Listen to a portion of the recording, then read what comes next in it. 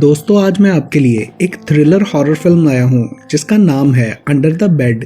ये मूवी 2012 में रिलीज की गई थी। मूवी के स्टार्ट में हम लीड कैरेक्टर नील को देखते हैं। नील अपने डैड टेरी के साथ घर वापस जा रहा होता है। वो अपनी मॉम के मरने के बाद फ्लोरिडा में अपनी खाला सारा के पास रहा करता था। टेरी ने दूसरी शादी कर ली थी और वो नील को अपनी वाइफ एंजेला से मिलवाना चाहता था। घर में उसका छोटा भाई पोली भी था। घर पहुंचकर नील सबसे मिलता है। एंजेला ने नील के लिए छोटी सी गेट टुगेदर रखी होती है। अचानक से नील को अजीब सी आवाजें आने लगती हैं। उसको घर में कुछ फील हो रहा था और फिर सब कुछ ठीक हो जाता है। नील को वहाँ अंकल इवंस, उनके बेटे रिचर्ड और रोजर भी मिलते हैं और उनकी बेटी कारा भी, जो नील की दोस्त थी। उन सब लोगों में उसका भाई पॉली नहीं होता, तो उसे मिलने के लिए नील घर के अंदर जाता है। पॉली को देखने के लिए वो ऊपर उसके रूम की तरफ आता है, मगर वहाँ एक और रूम में जाने लगता है तो दरवाजा खुद ही खुल जाता है, जिससे वो डर जाता है। फिर एक रूम में उसे पॉली नजर आता है और वो दोनों मिलकर बहुत खुश होते हैं। उधर कुछ स्केचेस रखे होते हैं जिन्हें उनके फादर वहां आकर देख लेते हैं और पॉली को डांटते हैं कि तुम इस रूम में क्यों आए और इन बॉक्सेस को क्यों छेड़ा। वो एक्चुअली पॉली का रूम होता है। एंजेला नील और पॉली को पैसे देकर बाहर आउटिंग के लिए भेज देती है और 6 बजे वापस आने का कहती है।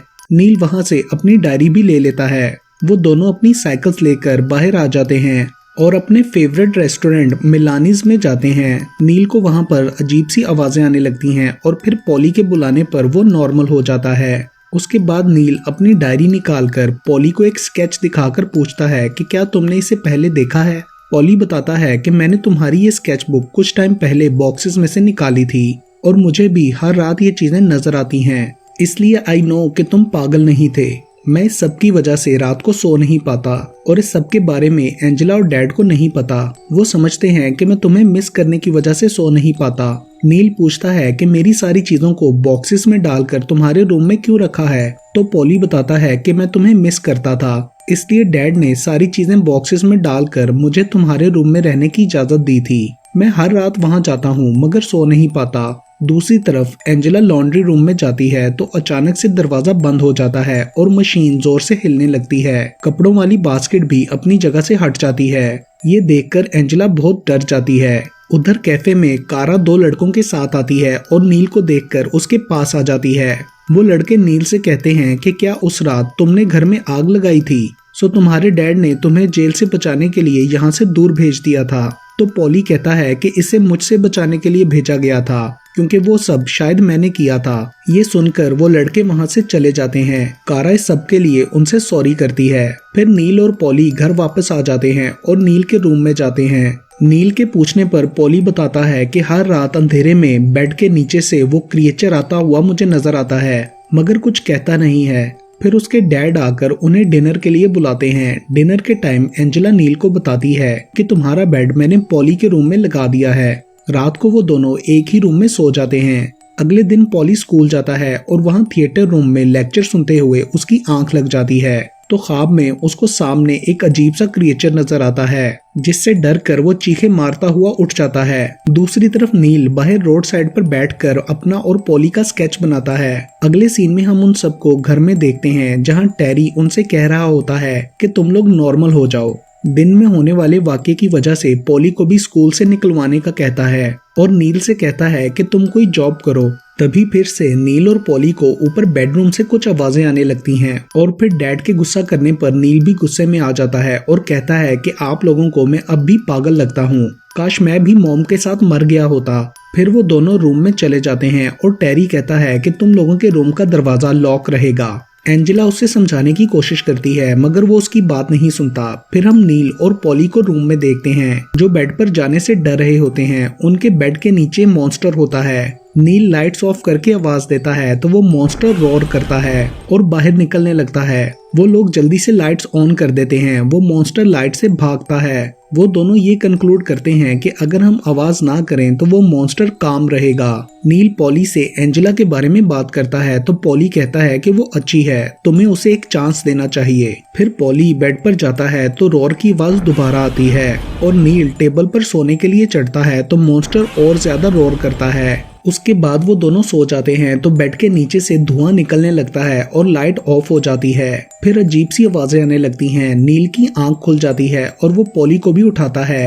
सारी चीजें हिलने और गिरने लगती हैं और फिर अचानक से उनके सारे टॉयज हवा में उड़ जाते हैं और सब कुछ रुक सा जाता है। तभी उनके डैड दरवाजा खोलकर अंदर आते हैं। उनका चेहरा अजीब सा हुआ होता है। टॉयज नीचे गिर जाते हैं और वो पॉली को गिराकर मारने लगते हैं। नील उन्हें रोकने की कोशिश करता है और एक क्रीपी सा हाथ बेड के नीचे से निकलकर पॉली की गर्दन पकड़ता है और तभी डैड सच्ची में रूम में आते हैं। लाइट्स ऑन होती हैं और सब कुछ गायब हो जाता है। अगले सीन में एंजेला पॉली को दवाई लगाकर पूछती है कि मुझे बताओ क्या हुआ है, मैं सच में तुम्हारी मदद करूंगी। और टेरी नील से पूछता है कि ये पॉली के साथ किसने किया, मगर दोनों नहीं बताते। नील पॉली से पूछता है कि क्या उसके पकड़ने से तुम्हें दर्द हुआ था, तो वो बताता है कि मुझे वो हाथ ठंडा और बेहिस्सा लगा और ऐसा फील हुआ जैसे मैं सो रहा हूँ। उसके बाद वो लोग सोने के लिए जाते हैं। टेरी पॉली को अपने रूम में बेड पर अकेला सोने का कहता है और बल्ब उतार कर दरवाजा बंद कर देता है। लेकिन उसके जाने के बाद नील भी वहां आ जाता है और वो टेबल पर सो जाते हैं। अगली सुबह टेरी उन्हें उठाकर नाश्ते पर बुलाता है। पॉली नील को मॉम की एशेस दिखाता है। नील पॉली को बताता है कि जिस रात मॉम की डेथ हुई मैंने उन्हें अपने रूम में रोका था ताकि वो मॉन्स्टर को देख सकें और उन्हें मुझ पर यकीन था, इसलिए वो मर गईं। फिर वो दोनों उस मॉन्स्टर को खत्म करने का प्लान करते हैं। उसके लिए नील एक चेनसॉ उठाता है मगर एंजेला देख लेती है और उसे रखने के लिए कहती है और पॉली से पूछती है कि ये सब क्या हो रहा है, मुझे बताओ, मैं तुम्हारी हेल्प करूंगी। नील कहता है कि अगर हेल्प करना चाहती हो तो इसके रास्ते में ना आओ। फिर वो दोनों रूम में एक लाइट बनाते हैं और दूसरे रूम में बातें करते हैं।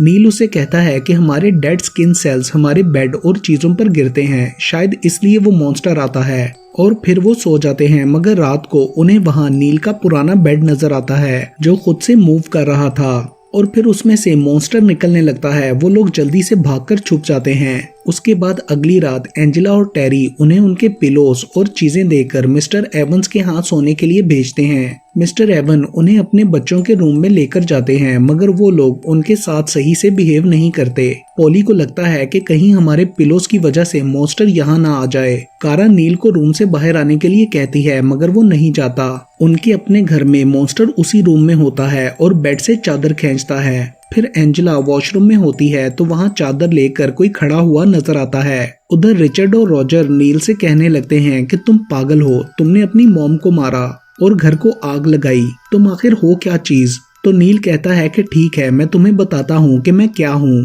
दूसरी तरफ उनके घर में लाइट चली जाती है। टेरी ठीक करने की कोशिश करता है मगर नहीं होती। एंजेला कैंडल लेकर वॉशरूम में जाती है तो उसे चादर में कोई खड़ा हुआ नजर आता है। वो समझती है टेरी है और फिर हम उसे टेरी के पीछे खड़ा हुआ देखते हैं। उधर नील लाइट्स ऑफ करके उनको मॉन्स्टर के बारे में बताता है और पॉली से अपना जख्म दिखाने का कहता है। नील बताता है कि जब उसने पॉली को पकड़ा था तो पॉली को ठंडा और बेहिस लगा था, जैसे वो कोई मुर्दा हो, और ये मॉन्स्टर तब अटैक करता है जब आप सो रहे हो। तभी रूम में धुआं आने लगता है और विस्पर की आवाज आती है। नील सबको खामोश रहने का कहता है और फिर वहाँ मॉन्स्टर आ जाता है और रिचर्ड का सर बॉडी से अलग कर देता है और उसे खाने लगता है। पॉली खिड़की से भाग जाता है। रॉजर चीखता है तो मॉन्स्टर उसे भी मार देता है। तभी कारा दरवाजा खोलती है तो नील उसकी तरफ टॉर्च करके उसे हिलने से मना करता है और कहता है अपने रूम में जाकर लाइट्स ऑन करो और कमरे से बाहर मत आना, और फिर खुद भी खिड़की से बाहर कूद जाता है। वो लोग अपने घर आ जाते हैं।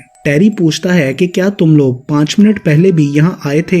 नील कहता है नहीं और हमें इस घर से जाना होगा। एंजेला बताती है कि कोई चीज चादर में इधर उधर फिर रही है। पॉली कहता है कि वही हमारे पीछे है मगर एंजेला को लगता है कि ये वो दोनों कर रहे हैं। नील कहता है हमारा यकीन करो और बाहर चलो। तभी दरवाजा खोलकर मॉन्स्टर आ जाता है और टेरी को खाने लगता है। वो तीनों एक रूम में छुप जाते हैं। नील अपनी बनाई हुई टॉर्च ले लेता है और फिर घर से बाहर जाने के लिए वो लोग रूम से बाहर आ जाते हैं। लेकिन तभी पॉली के पाँव में रस्सी डालकर उसे नील के रूम में बेड के नीचे खींच लिया जाता है। नील एंजेला से कहता है कि ये चीज 2 साल से मेरे पीछे लगी है, वो मुझे ले जाना चाहती है, पॉली को सिर्फ यूज कर रही है और मुझे उसके पीछे जाना है। तुम मेरी मदद करो, मुझे रस्सी ला कर दो। और फिर नील रस्सी की एक साइड एंजेला को पकड़ाकर दूसरी साइड को खुद से लपेटता है और टॉर्च और नाइफ लेकर बेड के नीचे जाता है। वहाँ से वो किसी और जगह पहुँच जाता है और पॉली को आवाजें देने लगता है। फिर उसे पॉली मिल जाता है। तभी पीछे से मॉन्स्टर आता है। नील उसे लाइट से डराता है और पॉली को ऊपर रस्सी पकड़ने के लिए कहता है। फिर वो दोनों रस्सी से ऊपर आ जाते हैं। एंजेला उन्हें पकड़ लेती है। फिर वो लोग नीचे लॉन्ज में आ जाते हैं। कारा भी वहां आती है मगर वहां फिर से मॉन्स्टर आ जाता है। नील भागकर चेन सॉ पकड़ता है और उसे मारने लगता है मगर गिरकर बेहोश हो जाता है और उसकी मॉम की एशेज वाला वॉच टूट जाता है। मॉन्स्टर नील की तरफ हाथ बढ़ाता है मगर एशेज से जलने लगता है तो नील ऐश उसके ऊपर डालता है जिससे वो गायब हो जाता है। फिर पुलिस भी आ जाती है और ये मूवी यहीं पर खत्म हो जाती है।